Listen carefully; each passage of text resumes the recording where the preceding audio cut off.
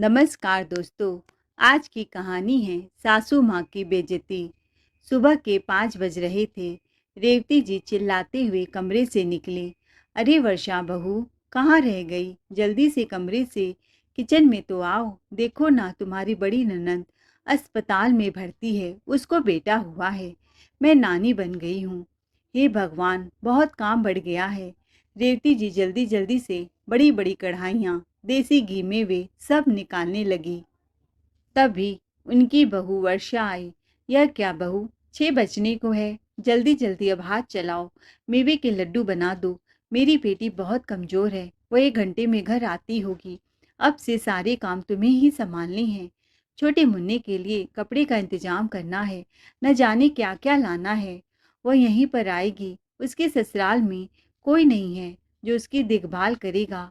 लड्डू बन जाए तो बहू उसके लिए कुछ हल्का नाश्ता बनाना। ज़्यादा मिर्च मसाले वो अभी नहीं खाएगी। मैं देखती हूँ कहाँ कहाँ क्या क्या काम करवाना है। उसका कमरा साफ हुआ है कि नहीं? हाँ माँ जी, मैं अभी सब कर देती हूँ। हाँ, तुम पहले लड्डू बना लो और फिर कमरा साफ करो, उसके बाद सबका नाश्ता बनाना, कहते हुए वह अस्पताल अपने बेटी को लेने पहुँच गई। रेवती जी की बड़ी बेटी सीमा को बच्चा क्या हुआ, वह तो अपनी बहू वर्षा पर घर का सारा बोझ डाल दिया और वह बेचारी नौकरानी की तरह सासू माँ की इशारों पर नाचती रही। बहू को लगता कि वह तो उसका फर्ज है ननंद की देखभाल करना, ससुराल के दायित्व को निभाना एक बहू का फर्ज होता है। हंसते मुस्कुराते सारे काम करती गई। कुछ ही समय में वर्षा की ननंद सीमा एक प्यारा सा बेटा लिए घर आ गई। रेवती जी अपनी बेटी और उसके बेटे का नज़र उतारने लगी और उनकी छोटी बेटी प्रिया बच्चे को गोदी में लेकर तुरंत बोली, दीदी कितना क्यूट है बेबी। सीमा बोली, भाभी मेरा कमरा अच्छे से सुव्यवस्थित है ना? हाँ दीदी, मैंने आपके कमरे की डस्टिंग भी कर दी है, वर्षा ने मुस्कुराते हुए कहा। कमरे में घुसते ही सीमा ने नखरे दिखाने शुरू कर दिए। भाभी गर्म पानी दे दो, भाभी बच्चे के कपड़े बदल दो। वर्षा दौड़ते दौड़ते सारा काम उनकी करती गई। ओह नो, क्या हुआ बेटी? रेवती जी ने कहा। माँ, इसे तो मैंने नैपी पहनाया ही नहीं, भूल गई और उसने मेरा पूरा ड्रेस गंदा कर दिया, पलंग के पूरे चादर गंदे कर दिए। अब तो मैं इसमें बिल्कुल नहीं सो सकती। कोई बात नहीं बेटी, बहू है ना, बहू जाओ जल्दी से इस चादर को धो दो। ठीक है मम्मी जी, मैं धो देती हूँ। वर्षा ने पूरे कमरे का चादर निकाला और सबको अच्छे से साफ किया, फिर दूसरी बेडशीट बिछाई। उसके बाद वर्षा ने सीमा के लिए अलग से कम तेल वाला खाना बनाया, उसको खिलाया। घर वालों को खिलाकर बर्तन साफ करके जैसे ही वह खाना खाने बैठी, तभी रेवती जी की आवाज़ आ गई। 2 पल का सांस लेने की भी फुर्सत उसको न मिलती। वर्षा का पति संजय उसकी बड़ी फिक्र करता था, पर परिवार के प्रति कर्तव्य को भी वह अच्छी तरह जानता था। इसीलिए वह वर्षा को काम करने से कभी मना नहीं करता था। संजय भी बड़ा खुश था कि वह मामा बन गया है और अपनी दीदी के बच्चों को बहुत प्यार करता था। उनकी हर छोटी छोटी इच्छा को पूरा किया करता था। कभी नए खिलौने लाता तो कभी नए कपड़े। सेवा करते करते 1 महीने बीत गए। वर्षा दिन ब दिन कमज़ोर होती जा रही थी। काम के दबाव के कारण अपनी सेहत का ध्यान न रखने का समय ही न मिलता। ससुराल वाले भी उसकी तरफ कोई ध्यान नहीं देते थे। इधर संजय ऑफिस के काम से 1 हफ्ते के लिए बाहर गया हुआ था। सीमा ने कहा, भाभी जरा मेरे बच्चे को संभाल लेना, मुझे आराम करना है। यह कहकर सीमा अपने बच्चे को वर्षा की गोद में दे देती है और वह खुद मोबाइल में चैटिंग करने में लग गई। वर्षा का पति संजय शहर से बाहर था, इसीलिए देर रात तक सीमा वर्षा को अपने कमरे में बैठाई रखी, क्योंकि बच्चा रात को जागता, रोता और दिन में सोता। सीमा को बच्चा संभालने में बहुत तकलीफ होती। वर्षा थी भोली भाली, उसके सीधेपन का फ़ायदा उठाकर सीमा हर दिन उसे किसी न किसी बहाने से रात को अपने कमरे में रोके रखती। सुबह होती तो वर्षा को किचन संभालना ही पड़ता। 3-4 रात से जागते जागते उसकी तबीयत खराब हो गई। एक दिन सुबह देर से उठी और बोली, माँ जी, मेरी तबीयत सही नहीं है, मुझे डॉक्टर के पास ले चलिए, बहुत उल्टी भी आ रही है। अरे नहीं बहू, कुछ नहीं, थोड़ी गर्मी है, काम बढ़ गया है, इसीलिए तबीयत खराब हो गया होगा। थोड़ा सा नींबू पानी पी लो, ठीक हो जाएगा। रेवती जी वर्षा का बात बिल्कुल न सुनती। उसी समय वर्षा के ससुर कहते हैं, बहू, जरा मेरे लिए प्याज के पकौड़े बना दो। हाँ भाभी, मेरे लिए पनीर के पकौड़े बनाना, थोड़ा हेल्दी मुझे खाने को चाहिए, सीमा ने कहा। रेवती जी ने कहा, मेरे लिए पकौड़े बिल्कुल नहीं बनाना, मैं ऑयली खाना नहीं खाना चाहती। ऐसा कर, तू मेरे लिए पनीर के पराठे बना दे। वर्षा बुझे मन से सबकी फरमाइश पूरी करने में लगी थी। अंदर से उसे बिल्कुल अच्छा नहीं लग रहा था। वर्षा किचन में काम करते करते चक्कर खाकर बेहोश हो गई। उसी समय संजय शहर से लौट आया और वर्षा की ऐसी हालत देखी तो बौखला गया। दौड़कर उसे अस्पताल में भागता भागता ले गया। घर आते ही संजय की माँ ने पूछा, क्या कहा डॉक्टर ने? तो संजय ने बोला, माँ, वर्षा को जॉन्डिस और टाइफाइड दोनों एक साथ हो गया है। खून की कमी के कारण वो बहुत कमज़ोर हो गई है। पर एक खुशखबरी है, वह माँ बनने वाली है। डॉक्टर ने कम से कम 1 से 2 महीने बेड रेस्ट की सलाह दी है, क्योंकि वह बहुत कमज़ोर है, और दवाइयाँ दी हैं। साथ ही परहेज करने को भी कहा है। यह कहकर संजय वर्षा को कमरे में ले गया। उसे आराम करने के लिए बोला। फिर माँ से बोला, माँ, वर्षा के लिए यह परहेज वाला खाना बना दो। डॉक्टर ने वही खाने के लिए बोला है। तब तक मैं उसकी दवाइयाँ देता हूँ और बता देता हूँ कौन सी दवाइयाँ कब खानी हैं। संजय की माँ ने बोला, देख संजय, इस उम्र में मुझसे तेरी बीबी की देखभाल नहीं होने वाली। वैसे भी डॉक्टर लोग बढ़ा चढ़ा कर बातें बता देते हैं।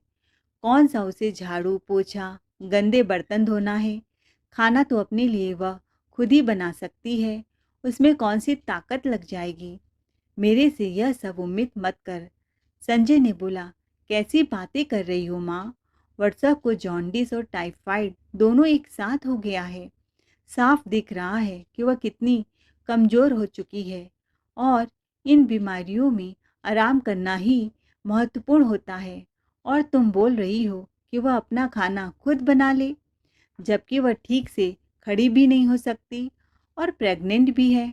देख संजय, ऐसे ही मुझे अभी सबका खाना बनाने का काम करना पड़ेगा।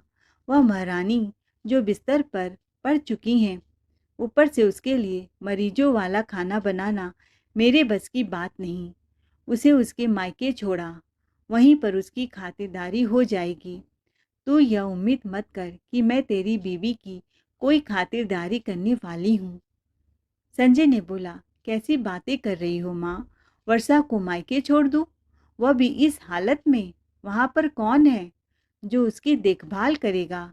उसकी माँ है जो बीमार रहती है, और उनके हाथ में कुछ नहीं है। वह उसके लिए कुछ कर ही नहीं पाएंगी। उसकी एक भाभी है जो कि ननंद का आना बिल्कुल पसंद नहीं करती। मैं कैसे वर्षा को उसके मायके छोड़ दूँ? वर्षा मेरी पत्नी है माँ, तुम्हारी बहू है। अगर आज उसकी तबीयत खराब है, उसे हमारी ज़रूरत है, तो यह हमारा फ़र्ज़ है उसकी देखभाल करना, ना कि उसके मायके वालों का। अभी तो 1 महीने से दीदी और उनके बच्चे का लगातार सेवा कर रही है। क्या-क्या नहीं किया, सुसु पॉटी तक साफ किया। जब वह अपने कर्तव्यों के प्रति पीछे नहीं हटती, तो आप लोग क्यों हट रही हैं? माँ, यह मुझे आपका दोगलापन समझ में नहीं आता। जब घर में कोई बीमार होता है, तो वर्षा उसकी सेवा जी जान से करती है, और आज जब वर्षा को ज़रूरत पड़ी है, तो तुम ऐसी बातें बोल रही हो। ऐसा कैसे बोल सकती हो तुम? और माँ, प्रिया भी तो है तुम्हारी मदद के लिए। तुम बाकियों का खाना बना लेना, वर्षा का खाना प्रिया बना देगी। इतना तो प्रिया कर ही सकती है। तुम दोनों माँ बेटी मिलकर 1-2 महीने किचन संभाल लोगी। ऐसी कोई बड़ी बात तो नहीं हो जाएगी। तब तक प्रिया ने बोला, भैया मुझसे ऐसी कोई उम्मीद मत करो, मेरा कॉलेज है, मैं एक गिलास पानी भी नहीं देने वाली। तो संजय बड़ी बहन सीमा की तरफ देखने लगा। हाँ भाई, मुझसे भी कोई उम्मीद मत करना, क्योंकि मेरा बच्चा छोटा है और मुझे अभी भी बहुत कमजोरी लग रही है। ऐसा करती हूँ, मैं आज ही ससुराल चली जाती हूँ। संजय ने बोला, वाह प्रिया, तुम माँ और दीदी कितनी अच्छी बातें कर रहे हो। जब वर्षा सबके लिए करती है तो वह अच्छा, और जब आज उसे जरूरत पड़ी है तो तुम सब किनारा कर रहे हो। तब तक संजय के पिताजी लखन जी आ गए और बोले, बकवास मत करो संजय, बहू का फर्ज होता है ससुराल वालों की सेवा करना, पर हम तुम्हारी बीवी के नौकर नहीं हैं कि उसकी सेवा करते रहें। चुपचाप जाकर वर्षा को उसके मायके छोड़ आओ। हम उसे यहाँ बैठा कर नहीं खिला सकते। जब वह वहाँ ठीक हो जाएगी तब ले आना। बहू को तो इलाज के पैसे भी दे देना, और क्या चाहिए। पर इस उम्मीद में मत रहना कि तुम्हारी माँ या बहन तुम्हारी बीवी की सेवा करेगी। वह बहू है इस घर की, बेटी नहीं, जो उसे हम सिर का ताज बनाकर रखेंगे, समझे। कहकर संजय के पिताजी वहां से चले गए। अपने घर वालों का रूखा व्यवहार देखकर संजय को बहुत धक्का लगा। वाह, जो वर्षा एक टांग पर खड़े होकर उसके घर वालों के आगे पीछे किया करती थी, आज जब उसे जरूरत आन पड़ी है तो सब उसे कन्नी काट रहे हैं और उसे उसके मायके भेजने की बात कर रहे हैं। क्या बहू का फर्ज सिर्फ ससुराल वालों की सेवा करना है? क्या बहू की सेवा करना ससुराल वालों का फर्ज नहीं? क्या बहू इंसान नहीं होती? सोचकर संजय घर से बाहर आ गया। मौका देखते ही रेवती जी वर्षा के कमरे में गई और बोली, बहू बहुत नौटंकी करती हो, क्या जरूरत है अभी बच्चा पैदा करने की? अभी तो मेरी मझली बेटी भी प्रेग्नेंट है, उसकी भी तुमको सेवा करनी थी। जाकर इस बच्चे को गिरा दो, कोई दवा खा लो, कुछ समय बाद पैदा कर लेती। रेवती जी की बातों को सुनकर वर्षा हक्का बक्का रह गई। 5 साल शादी को हो गए थे, सब लोग उसे बाज का ताना देते थे, और आज जब ईश्वर ने गोद भरी तो सब उसे बच्चा गिराने की बात कर रहे हैं। क्या कोई खेल है कि आज नहीं कल खेल लेंगे? उसकी आंखों में आंसू आ गए। कितनी स्वार्थी है सास। उसे मन ही मन बहुत गुस्सा आ रहा था। उसी समय संजय कमरे में पहुंचा और ताली बजाते हुए बोला, वाह माँ वाह, किस जन्म का दुश्मनी निकाल रही हो। आज जब बहू की गोद भरी तो तुम जश्न मनाने की बजाय मातम मना रही हो। तुम ही वह इंसान हो ना जो सबसे ज्यादा वर्षा को ताना देती थी कि वह बाज है, और वह बेचारी सुन के चुप हो जाती थी। संजय ने गुस्सा होकर बोला, कान खोलकर सुन लो, तुम सब, वर्षा कहीं नहीं जा रही है, यहीं रहेगी। मैं करूँगा उसकी सेवा, कोई जरूरत नहीं तुम लोगों को मेरी बीवी की सेवा करने की। और मेरी बीवी है, मैं देख लूँगा, लेकिन मैं उसे उसके मायके कभी नहीं भेजूँगा। हर कदम पर उसने मेरा और मेरे घर वालों का साथ दिया है, और आज जब वह बीमार है तो हम उसका साथ छोड़ दे। मेरा तुम लोग जैसा छोटा सोच नहीं है। कहकर संजय वर्षा के बहते आंसुओं को पोंछने लग गया। संजय को देखते ही वर्षा फूट फूट कर रोने लगी। वह बहुत घबरा गई थी। उसे लग रहा था कहीं अपने माँ बाप की बातों में आकर संजय उसे उसके मायके ना छोड़ दे, और मायके में तो भाभी उसका जीना मुश्किल कर देगी, क्योंकि माँ की सारी प्रॉपर्टी भैया भाभी दबोच कर बैठे हैं। वर्षा बहुत घबरा रही थी। संजय ने वर्षा को गले से लगा लिया और बोला, तुम चिंता मत करो, मैं हूं ना। वर्षा ने बोला, मेरी वजह से तुम्हारी अपने माँ बाप और बहन से लड़ाई हो गई, मुझे बहुत घबराहट हो रही है। संजय ने बोला, तुम उसकी चिंता मत करो, कम से कम इसी बहाने यह तो पता चला कि रिश्ते भी कितने स्वार्थी होते हैं। तुम क्यों चिंता करती हो, तुम्हारी कोई गलती नहीं। बीमार तो कोई जानबूझकर नहीं होता, और जब लोग बहू से उम्मीद करते हैं कि बीमारी में वह उनकी सेवा करे, तो बहू की सेवा करना भी उनका फर्ज होता है। आराम करो, मैं आकर तुम्हें तुम्हारी दवाइयाँ बताता हूँ कि कब कौन सी दवाइयाँ लेनी हैं, और तुम्हारे लिए परहेज वाला खाना भी बनाकर लाता हूँ। तुम बिल्कुल चिंता मत करना, मैं सब कुछ देख लूँगा। कहकर वर्षा के सर पर हाथ रखकर संजय ने उसे एक प्यारी सी थपकी दी और कमरे से बाहर चला गया। संजय के माँ बाप यह सब कुछ देख रहे थे। संजय के कमरे से बाहर निकलते ही संजय के पिता ने ताना मारा, लो आ गया जोरू का गुलाम। संजय ने बोला, हाँ पापा, हूँ मैं जोरू का गुलाम। यदि अपनी पत्नी बीमार पत्नी की सेवा करना और उसका ख्याल रखना बीबी की गुलामी होती है, तो मैं हूँ जोरू का गुलाम और मुझे कोई फर्क नहीं पड़ता ऐसी गुलामी से। कम से कम आप लोगों जैसा स्वार्थी तो नहीं हूँ जो बहू से पूरा परिवार नौकरों की तरह काम करवाता है। कहते हुए संजय किचन में चला गया वर्षा के लिए परहेज वाला खाना बनाने के लिए। संजय ने वर्षा के लिए टोमेटो पालक की सूप और दलिया बनाया, फिर वर्षा को ले जाकर खिलाया।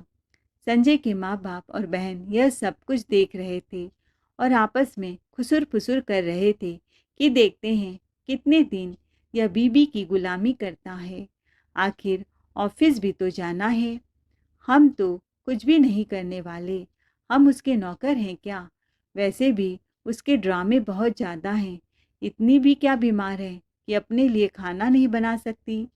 वर्षा संजय से बोली, मेरे पास तो उठने की भी शक्ति नहीं है। जब तुम कल ऑफिस चले जाओगे तब मैं क्या करूँगी? मैं तो बाथरूम भी जाने के लिए 100 बार सोचती हूँ। संजय ने बोला, तुम चिंता मत करो, मैं सब देख लूँगा। तुम बस अपने आराम की चिंता करो और जल्दी से ठीक हो। अगले दिन संजय ने ऑफिस से फ़ोन करके 1 महीने की छुट्टी ले ली।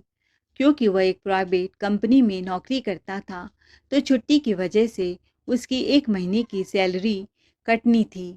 वर्षा ने बोला, संजय यह क्या कर रहे हो?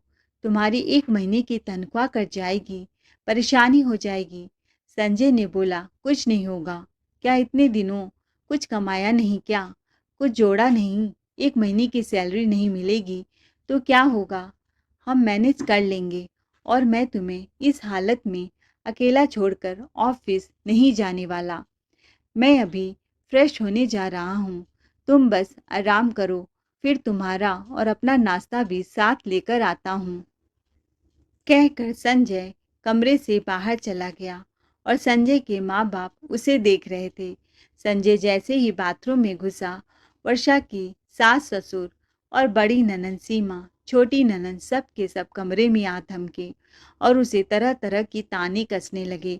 देख, तेरी वजह से क्या हुआ? तेरे पति की पूरे महीने की तनख्वाह ही चली गई। शर्म नहीं आती तुझे ऐसा नाटक करते हुए? माना कि तू गर्भवती है। भाभी, मैंने भी प्रेगनेंसी में कभी ऐसा नाटक नहीं किया और मैं यहाँ आपसे सेवा करवानी आई थी और आप ही खटिया पकड़कर बैठ गईं, सीमा ने कहा। लेकिन इतनी भी बीमार नहीं कि अपने लिए खाना ना बना सके। जो ऐसे नाटक करके पति को ऑफिस नहीं जाने दिया, वह कमाएगा नहीं तो घर कैसे चलेगा? क्यों उसे जोरू का गुलाम बनाकर रखा हुआ है? और न जाने क्या क्या वर्षा को बोलने लगी, तो उसकी आंखों से आंसुओं की धारा बह रही थी। वर्षा को बोलते बोलते उसके सास ससुर और ननंद को यह ध्यान ही नहीं रहा कि संजय कमरे में आ चुका है और उनकी सारी बातें सुन रहा है। यह सब कुछ सुनकर संजय बहुत जोर से बोला, हिम्मत कैसे हुई मेरी बीबी को यह सब बातें बोलने की? वह मेरी बीबी है तो उसकी बीमारी में उसका साथ देना मेरी जिम्मेदारी बनती है। अपनी जिम्मेदारी निभाऊंगा। शर्म नहीं आती आप लोगों को ऐसी बातें करते हुए? पापा, जरा सोच कर देखिए, अगर मम्मी बीमार होंगी तो क्या आप उनका साथ छोड़ देंगे? और दीदी, आप तो खुद सेवा करवाने के लिए वर्षा के पास आई थी। 1 महीना तो किया है ना उसने आपका, और आप 2 दिन भी करने से पीछे हट गई। देख रही हैं ना मम्मी, बीबी के लिए अपनी बहन से भी जुबान लड़ा रहा है। देख बेटा, ससुराल वाली है, तो उससे बहस मत कर। संजय की बातों का उसके घर वालों पर कोई असर नहीं हुआ। वह चुपचाप कमरे से बाहर निकलकर चले गए। संजय को भी समझ में आ चुका था कि उसके घरवाले हद से ज़्यादा स्वार्थी हैं और उन्हें कुछ भी समझा पाना आसान नहीं है। संजय ने वर्षा से कहा, जिसे जितना भोंकना है भोंकने दो, मैं तुम्हारे साथ हूँ और हमेशा रहूँगा। तू बस आराम करो, अपना और अपने बच्चे का ध्यान रखना। संजय जब कमरे से बाहर आया तो उसकी माँ बड़बड़ा रही थी, लो, अब बहू के होते हुए मुझे इस उम्र में खाना बनाना पड़ेगा।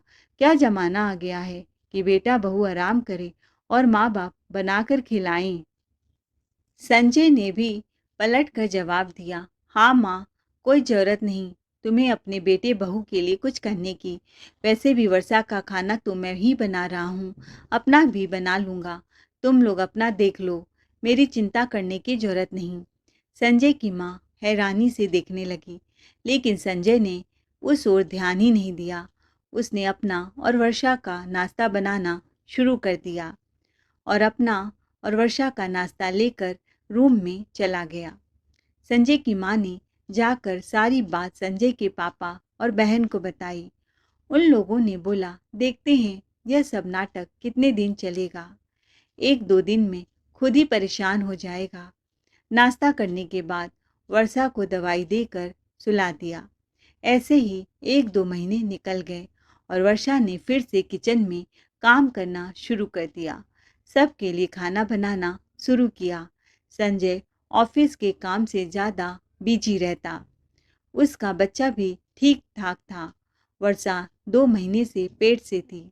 संजय की देख रेख में माँ और बच्चे की सेहत में सुधार आ चुका था। अब वह पहले से ज़्यादा फुर्तीली हो चुकी थी। घर की बागडोर फिर से उसके कंधों में आ गई थी।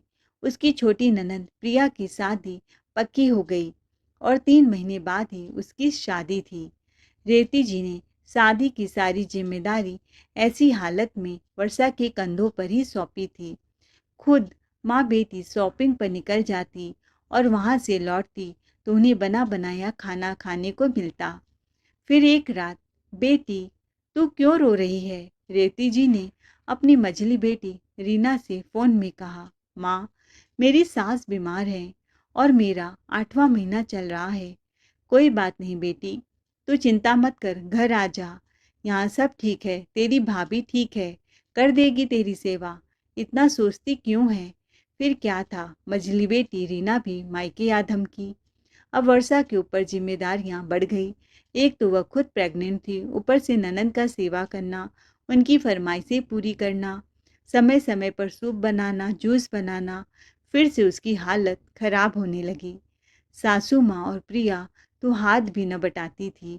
वर्षा को भी चक्कर आती, उल्टियाँ होती, पर रेवती जी उसका ध्यान न रखती। उन्हें शॉपिंग से ही फुर्सत न मिलती। संजय से उसके चेहरे की उदासी छिप न सकी। वह सुबह ही कहीं निकल गया और फिर शाम को संजय आया और वर्षा से बोला, थोड़ी तो तकलीफ होगी, लेकिन हमें दूसरे घर में शिफ्ट होना है। वर्षा ने बोला, क्या? कैसी बातें कर रहे हो संजय? बोला, क्या फ़ायदा ऐसे घर में रहने का जहाँ तुम्हारी सिधाई का बार बार फ़ायदा उठाया जा रहा है, सिर्फ तुमसे ही काम लिया जा रहा हो। तुमने तो अपना फर्ज बखूबी निभाया है, क्या फ़ायदा ऐसे रिश्ते निभाने का। हम आज ही किराए के घर में शिफ्ट हो रहे हैं और अभी तुम्हारी तबीयत फिर से बिगड़ रही है। मैं नहीं चाहता बच्चे पर कोई आँच आए। चलो, हमें जल्दी से वहाँ पर शिफ्ट हो जाना है। वर्षा ने बोला, ये कैसी बातें कर रहे हो? हम अपना घर कैसे छोड़कर जा सकते हैं? संजय ने कहा, मैं जैसा बोल रहा हूँ वैसा करो, वहाँ पर कोई दिक्कत नहीं होगी। एक बार तो मैंने माफ़ कर दिया था, पर अब नहीं। कौन सा घर? वह घर जो तुम्हें कभी अपना ही नहीं पाया। जब तुम्हें ज़रूरत पड़ी थी, सब ने तुमसे किनारा कर लिया। तुम उसे अपना घर कहती हो। इस घर के लोगों ने तुम्हें अपना कभी नहीं समझा। इनके हिसाब से बहू एक मशीन होती है जो बिना रुके चलती रहती है। सिर्फ बहू के फर्ज होते हैं। संजय के माता पिता और बहनें बाहर खड़े होकर यह सब बातें सुन रहे थे। उन्होंने संजय को उल्टा बोलना शुरू कर दिया और कहा, वाह, आज अपने माँ बाप और बहन को छोड़कर जा रहा है। उसने अलग कर दिया ना, एक भाई को उसकी बहन से और एक माँ बाप से उसके बेटे को अलग कर दिया। तो संजय ने बोला, वर्षा ने कुछ भी नहीं किया, जो भी किया है आप लोगों ने किया है, और अच्छा हुआ यह सब कुछ हुआ। कम से कम इसी बहाने आप लोगों का असली चेहरा तो सामने आया और मेरी आंखें तो खुली, और यह तो पता चल गया कि बहू को कुछ ससुराल वाले कभी नहीं अपना पाते। संजय के माँ बाप ने बोला, थोड़ी तो शर्म कर लो, 2 महीने बाद तेरी बहन की शादी है और तू अब घर छोड़कर जा रहा है अपनी बीवी को लेकर। बहन की शादी कौन करेगा और सारी तैयारियां कौन करेगा? तेरी बीवी की कोई जिम्मेदारी नहीं कि ननंद की शादी की तैयारी करे। तुझे और तेरी बीवी को शर्म नहीं आती इस तरह से घर छोड़कर वह जाते हुए, अपनी सारी जिम्मेदारियों से भागते हुए? संजय ने बोला, अच्छा, अब वह इस घर की बहू बन गई और जरूरत थी जब उसे, तो उसे उसके मायके छोड़ाओ। वाह माँ, क्या कानून है तुम्हारे। जब अपना काम हो तो घर की बहू, और जब बहू को जरूरत हो तो वह बाहरी औरत। बहुत खूब माँ, क्या बात कही है। कान खोलकर सुन लो माँ, वर्षा अब तुम्हारी बेटियों का डिलीवरी का ठेका नहीं लेगी। आज तुम लोगों ने मेरी आंखें खोल दी है। वर्षा को तुम लोग आज तक अपना ही नहीं पाए और ना ही कभी अपना पाओगे, यह बात मुझे बहुत अच्छे से पता है। तो फिर वर्षा क्यों इस घर की जिम्मेदारी उठाए? वह मेरी पत्नी है, सिर्फ मेरे परिवार की जिम्मेदारी उठाएगी और मेरे अपने खुद के परिवार की, मेरे होने वाले बच्चे की, ना कि मेरे माता पिता और तीनों बहनों की जिम्मेदारी। तो मैं भी नहीं उठाने वाला, क्योंकि वह आपकी बेटियां हैं। आप जानिए, जब वह अपनी भाभी की ज़रूरत के वक्त का खाना नहीं बना सकती, यह बोलकर कि मुझसे उम्मीद मत करना, तो फिर वह मुझसे उम्मीद कैसे कर सकती है कि मेरी कोई जिम्मेदारी नहीं उसके लिए, ना ही मेरी पत्नी की है। आपकी बेटियां हैं, उसकी जिम्मेदारी उठाना आप लोगों का फर्ज है, क्योंकि बच्चों की जिम्मेदारी माँ बाप के ऊपर होती है, ना कि भाई के ऊपर। हाँ, मेरी जिम्मेदारी आप लोगों के प्रति है, तो आप लोगों की सेवा मैं करूँगा, तन से भी और धन से भी। लेकिन बहन की जिम्मेदारी मेरी नहीं। जिस तरह से आप लोगों ने मेरी शादी की, उसी तरह से अपनी बेटी की भी शादी कीजिए और मुझसे उम्मीद मत कीजिएगा, ना मन से ना धन से। आपकी बेटी, आप जानिए, इस घर पर जितना मेरा हक है उतना ही उनका हक है। इस घर के आधे हिस्सेदार वह भी हैं, तो अपना हिस्सा ले और अपनी जिम्मेदारी भी निभाएं, पर मेरी उसके प्रति कोई जिम्मेदारी नहीं। और हाँ, आप लोग मेरे माता पिता हैं ना, कि मेरे पत्नी के, वर्षा के। वर्षा आपकी बेटियों की जिम्मेदारी क्यों उठाए? आपकी जिम्मेदारी उठाना मेरा फर्ज है, ना कि वर्षा का, क्योंकि वर्षा के लिए आप लोगों ने कुछ भी नहीं किया। वर्षा की जिम्मेदारी अपने माँ बाप के प्रति बनती है, ना कि आप लोगों के प्रति।